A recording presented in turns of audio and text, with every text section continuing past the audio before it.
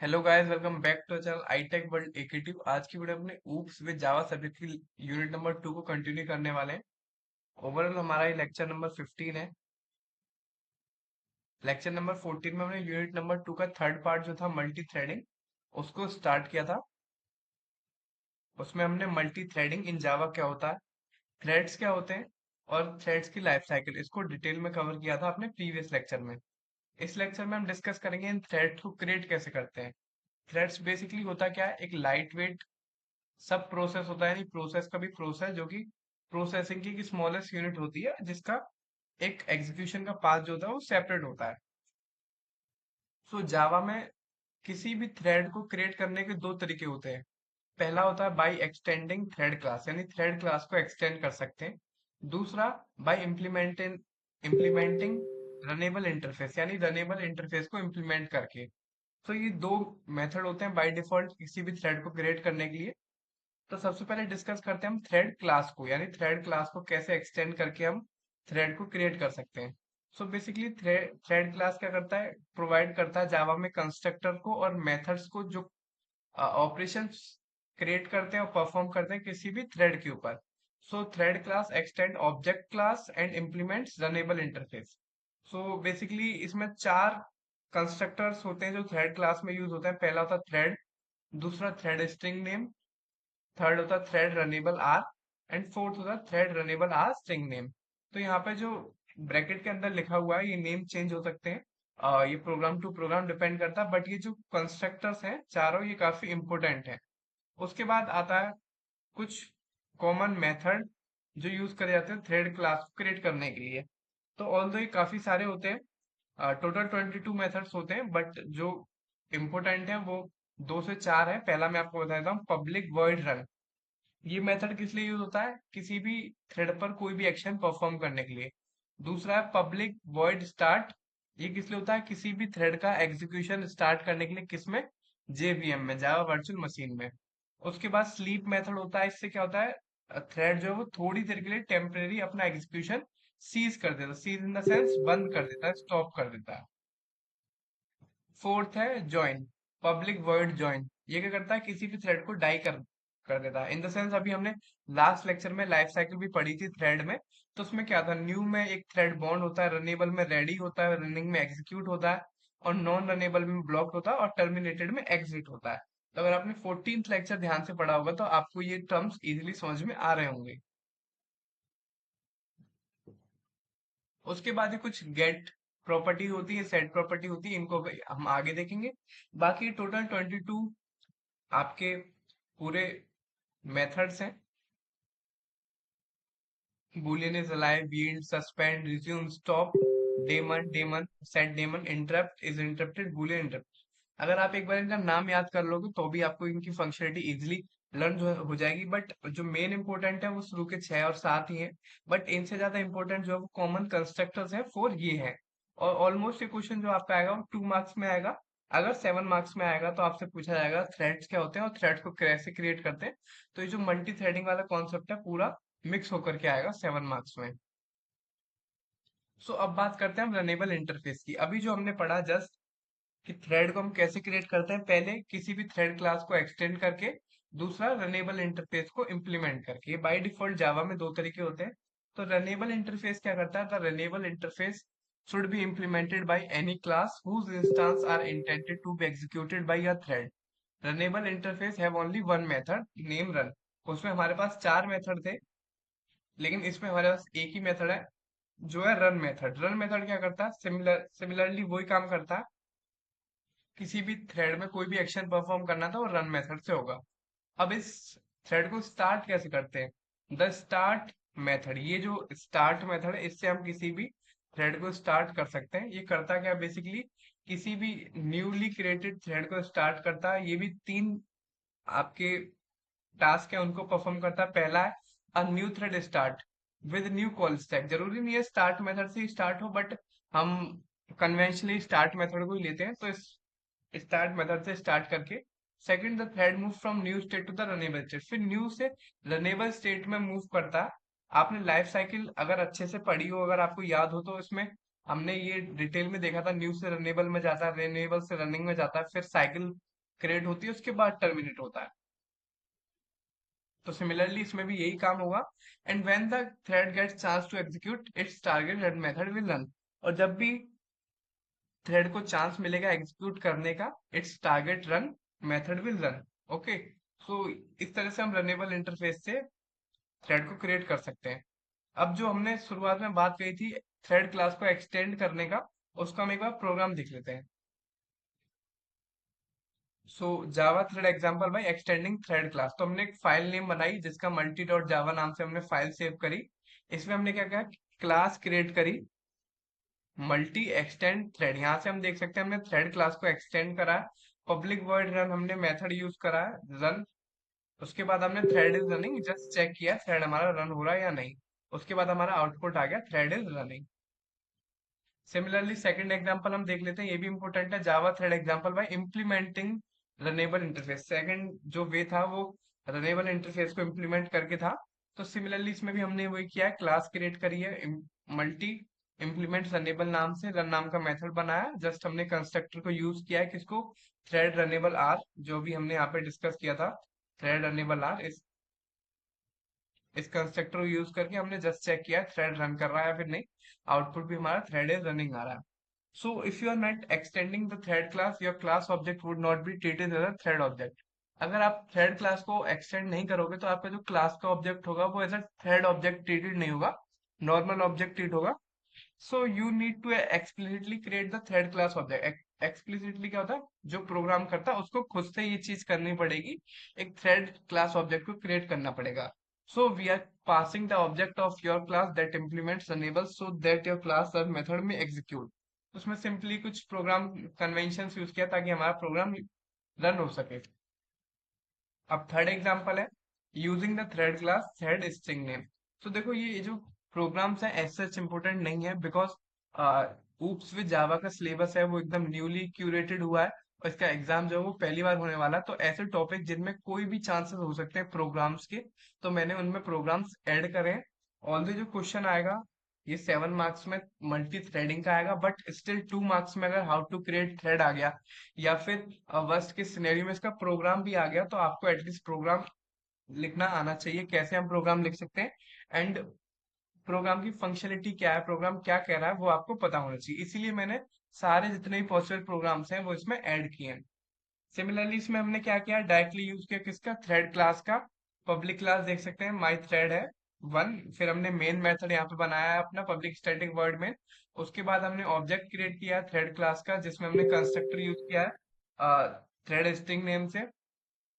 उसके बाद हमने थ्रेड स्टार्ट मेथड को मूव करा है थ्रेड से एक्टिव स्टेट के लिए, जो अभी हमने साइकिल में देखा था, सिमिलरली वो हमने किया। उसके बाद हमने गेट मेथड को यूज करके गेट नेम मेथड को इन्वोक करा है। तो सिमिलरली इसमें भी बस हमने आउटपुट चेक किया हमारा थर्ड थ्रेड रन कर रहा है या नहीं, थ्रेड थ्रेड क्रिएट हो रहा है या फिर नहीं। सिमिलरली हमने फोर्थ एग्जाम्पल में क्या किया है, जो अभी हमने पढ़ा था fourth type thread runnable r string का, इसको हमने यहाँ पे एग्जीक्यूट करके देखा है। तो सिमिलरली इसका भी आउटपुट वही आ रहा है। पहले हमने यहाँ पे क्लास बनाई, फिर रन मेथड यूज किया, फिर मेन मेथड क्रिएट किया, फिर ऑब्जेक्ट बनाया my class, class my thread two नाम से। उसके बाद जो हमें इम्प्लीमेंट करना था, यानी एक ऑब्जेक्ट बनाना था किसका, थ्रेड रनेबल आस्ट्रिंग नेम का, ये हमने क्रिएट किया। उसके बाद हमने स्टार्ट को मूव करा, मतलब स्टार्ट मेथड को यूज करके अपने थ्रेड को एक्टिव स्टेट में मूव करा। उसके बाद हमने इन्वोक करा अपने थ्रेड को। तो सिंपली हमारा जो टोटल गोल है, आउटपुट है, बस हमें ये चेक करना है हमारा न्यू थ्रेड क्रिएट हो रहा है या नहीं, और हमारा थ्रेड रन हो रहा है या नहीं। अगर बस के सिनेरियो में 7 मार्क्स में यही क्वेश्चन आ जाए आपके पास कि थ्रेड्स को कैसे क्रिएट कर सकते हैं, तो एटलीस्ट आपके पास लिखने के लिए नोट्स में 7 मार्क्स से ज्यादा का कंटेंट होना चाहिए। उसी वे में मैंने थ्रेड्स को क्रिएट करने के दोनों टाइप, उसके कंस्ट्रक्टर्स, इवन उसके जो कॉमन मेथड्स होते हैं 22 मेथड्स, उनको इंक्लूड किया है, रनेबल इंटरफेस को एक्सप्लेन किया है। बाकी इसके बाद जो 4 टैब्स होते हैं उनके प्रोग्राम भी हमने यहाँ पे इंक्लूड करे हैं। अब बात करते हैं अपने next topic, priority of a thread. Priority of a thread क्या होता है, बेसिकली थ्रेड प्रायोरिटी के नाम से 2 मार्क्स में क्वेश्चन आएगा इसका। 2 मार्क्स में थ्रेड्स प्रायोरिटी आपको बतानी हुई क्या होता है। तो अभी हमने 14th लेक्चर में डिस्कस किया था, कोई भी प्रोसेस होगा हमारे पास, अगर हमारे पास कोई प्रोसेस है उसके अंदर मल्टी थ्रेड्स होंगे, for example thread one, thread two, thread three, तो हम क्या करेंगे, किसी भी हमें थ्रेड को प्रायोरिटी प्रोवाइड करनी है, यानी कि इस वाली थ्रेड की प्रायोरिटी ज्यादा है। फॉर एग्जांपल मेरा एक बिजनेस है, उसमें मेरे पास 3 कस्टमर हैं। एक कस्टमर जो है वो मेरा लॉयल प्रीमियम कस्टमर है, वो हर मंथ मुझे ऑर्डर प्लेस करता ही करता है। और एक कस्टमर है वो 6 महीने में आता है, एक कभी 2 साल में आता है। तो मेरे लिए किस कस्टमर की प्रायोरिटी ज्यादा होगी, जो हर महीने मुझसे बिजनेस करता है। तो सिमिलरली उस थ्रेड को हम प्रायोरिटी ज्यादा देंगे। तो यहाँ पे हम क्या करेंगे, किसी भी थ्रेड को हमें प्रायोरिटी देनी है तो हम देंगे नंबर में, 1 से लेके 10 तक। जैसे हमें मार्क्स मिलते हैं ना, जैसे हम टेस्ट देते हैं, तो टेस्ट में हमें 10 में से मार्क्स मिलते हैं। 10 में से हमें 1 नंबर मिला तो सबसे कम मिले, 10 में से अगर हमें 10 नंबर मिले तो सबसे ज्यादा मिले। सिमिलरली थ्रेड्स की भी अपनी अपनी प्रायोरिटी होती है। यही बात नोट्स में लिखी है, आप पढ़ सकते हैं एक बार। Each thread has a priority, हर थ्रेड की अपनी प्रायोरिटी होती है, जो कि रिप्रेजेंट करी जाती है नंबर 1 to 10 के बीच में। 1 जो होता है लेस प्रायोरिटी होता है, 10 जो होता है वो मैक्स प्रायोरिटी होता है। प्रायोरिटी देता कौन है, प्रायोरिटी देता है हमारा थ्रेड शेड्यूलर। अब थ्रेड शेड्यूलर क्या होता है, जब हमने साइकिल पढ़ी थी थ्रेड्स की तब हमने आपको बताया था थ्रेड शेड्यूलर क्या होता है। स्टिल आपने वो नहीं पढ़ा लेक्चर, तो मैं आपको बताता हूँ। थ्रेड शेड्यूलर एक ऐसा एजेंट होता है जो थ्रेड की शेड्यूलिंग करता है, कि किसको क्या करना है, किस टाइम कब रन करना है, कब एग्जीक्यूट करना है, कब डाई होना है, वो सब थ्रेड शेड्यूलर सोचता है। सो थ्रेड शेड्यूलर क्या करता है, शेड्यूल करता है थ्रेड की प्रायोरिटी। एक प्रिमिटिव शेड्यूलिंग नाम से एल्गोरिथम होती है, बेसिकली ओएस का पार्ट है, ऑपरेटिंग सिस्टम का। सो उसके बेस पर एक इनकी शेड्यूलिंग होती है। ये काम गारंटेड नहीं है कि जेवीएम ही करे, जावा वर्चुअल मशीन भी करे, एक्सपेरिमेंटली इसको कोई प्रोग्राम भी कर सकता है, अपने प्रोग्रामर भी कर सकता है अपने एंड से। तो इसको प्रायोरिटी देने के लिए दो मेथड्स यूज होते हैं, क्या कौन सा, पहला होता है सेटर मेथड, दूसरा getter method, setter and getter. तो ये 2 मार्क्स में आपसे पूछ सकता है, थ्रेड प्रायोरिटी या फिर सेटर एंड गेटर मेथड आपसे एक एक नंबर में पूछ सकता है। तो इसको हम कैसे यूज करते हैं, public final int get priority getter, getter method हो गया। ये क्या करता है, Java dot lang dot thread dot get priority method, इसको लिख करके हम यूज कर सकते हैं। ये प्रायोरिटी को रिटर्न करता है, क्या प्रायोरिटी। दूसरा है आपका सेट प्रायोरिटी, यानी public final void set priority int new priority. ये किसको लिख करके यूज करते हैं हम, the Java dot lang dot thread dot set priority method. ये क्या करता है, अपडेट करता है, फिर असाइन करता है किसी की प्रायोरिटी। जैसे किसी की प्रायोरिटी 5 है, उसकी प्रायोरिटी हमें 8 करनी है, या कुछ भी अलग चीज कर रही है, तो उससे हम सेटर मेथड से यूज कर सकते हैं। नाम से ही आपको पता चल रहा है, गेट, गेट माने कुछ पाना, इससे हमें प्रायोरिटी मिलती है।